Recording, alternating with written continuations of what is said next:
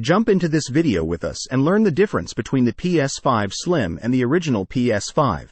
Hey guys, Thunder E here and welcome to another battle vid. Today we're taking a look at the brand new PlayStation 5 Slim and how it compares to the OG PlayStation 5. So you don't have to. Now if you join us for the very first time on the channel, don't forget to smash that subscribe button, notification icon so you can watch more videos like this. So there's a brand new PlayStation 5 Slim. You can either get it with a disc drive or you can get it without as a digital version.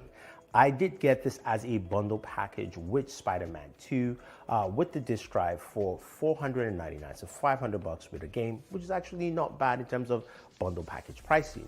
What comes in it, you do have, of course, your controller, the game is Spider-Man 2, you do have a USB Type-C cable, power cable, and HDMI.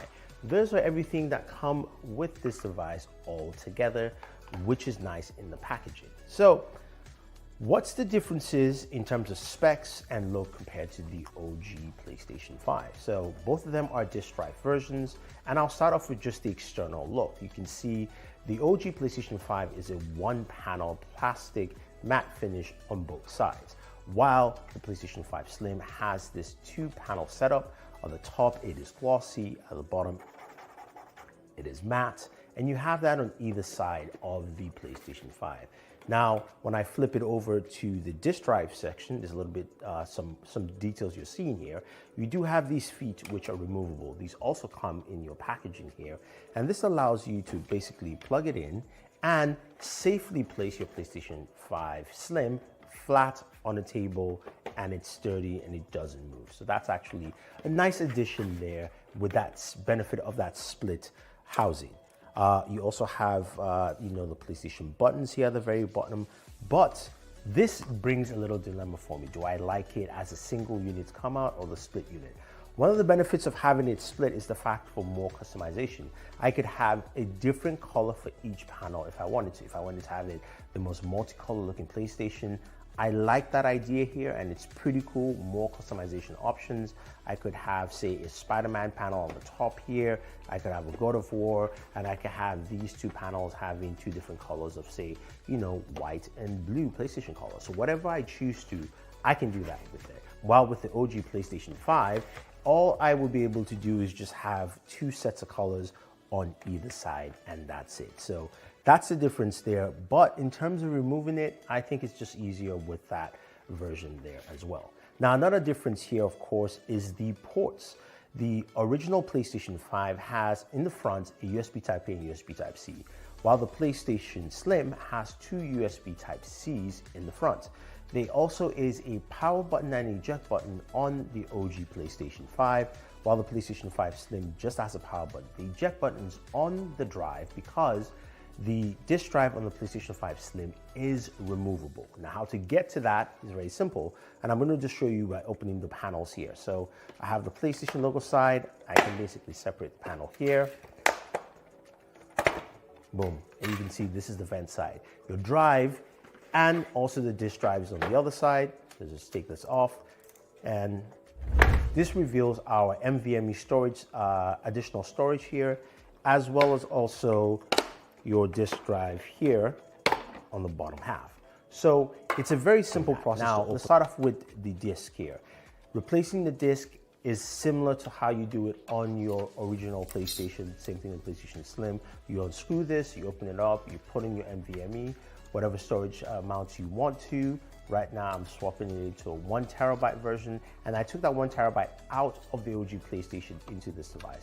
The one thing I'll note is that once you do that, it will treat it as an extra drive, but I couldn't find a way to play games directly. If you guys know, let me know, but it just read it as, yes, there are games stored in that drive. I can transfer it to the internal storage, which is another difference here. The PlayStation 5 Slim has 1 terabyte of storage, while the OG PlayStation has 825 gigabytes. So there is at least close to 200 gigabytes of extra storage on the PlayStation 5 Slim. So if you're looking for more storage without buying any more, the PlayStation 5 Slim will have that. The other aspect too is the removable drive section, which you can remove just by taking these 3 screws out. Once you remove the paneling And it's a very simple process. Once you do that, you can cover it up and have it as just a digital version. Or if you buy the digital version of the PlayStation 5 Slim, you can add this additional drive for roughly around $59. The one thing I will mention is the replacement cover for this that doesn't have a ball, which showcasing the Blu-ray drive, does not come with this package and has to be bought separately. So that's another additional cost to it. Plus, there is no built-in stand, similar to what you have with the OG PlayStation like this. You also have to buy this separately as well. So there are a couple of things you have to buy, but the idea of basically removing this drive, especially when it becomes obsolete, is a nice addition from PlayStation. Okay, that's one of my biggest complaints, is trying to fit these panels properly. Because there are more panels on each side, 4 in total compared to 2, it takes a longer time to actually fit them, and sometimes don't necessarily fit properly. I've just found this to be an annoying, frustrating thing that happens with the PlayStation 5 Slim. That being said, when it comes to ports on this device, you do have the same amount of ports at the rear of the device, but the layout is a bit different. The HDMI port is on top of the PlayStation 5 Slim, while it's at the bottom on the OG PlayStation 5. You still have the same Ethernet port, as well as also 2 USB-A ports and the power plug at the bottom. So those are similar, just the layout is a bit different here. Now, what about just sizing in general? Now, in terms of weight, the PlayStation 5, OG PlayStation 5, weighed about 8.25 pounds, while the Slim with the Blu-ray drive weighs about 7.25 pounds. And then without the Blu-ray drive, it drops down to roughly around 5.75 pounds, if I'm not mistaken. So again, there's a reduction in weight and size. But when you look at it side by side to the OG PlayStation 5, it's still a rather large console. It is definitely smaller in dimensions, but it's not as small as you think, because when you put it next to something like the Xbox Series X, the PlayStation 5 Slim is still larger than the Xbox Series X in terms of size. So not much in terms of size reduction here for me when using this. But I do like the fact that it does have some more customizability in terms of the way you can customize it. And when you place it on your TV stand, it looks really nice, smaller footprint as well.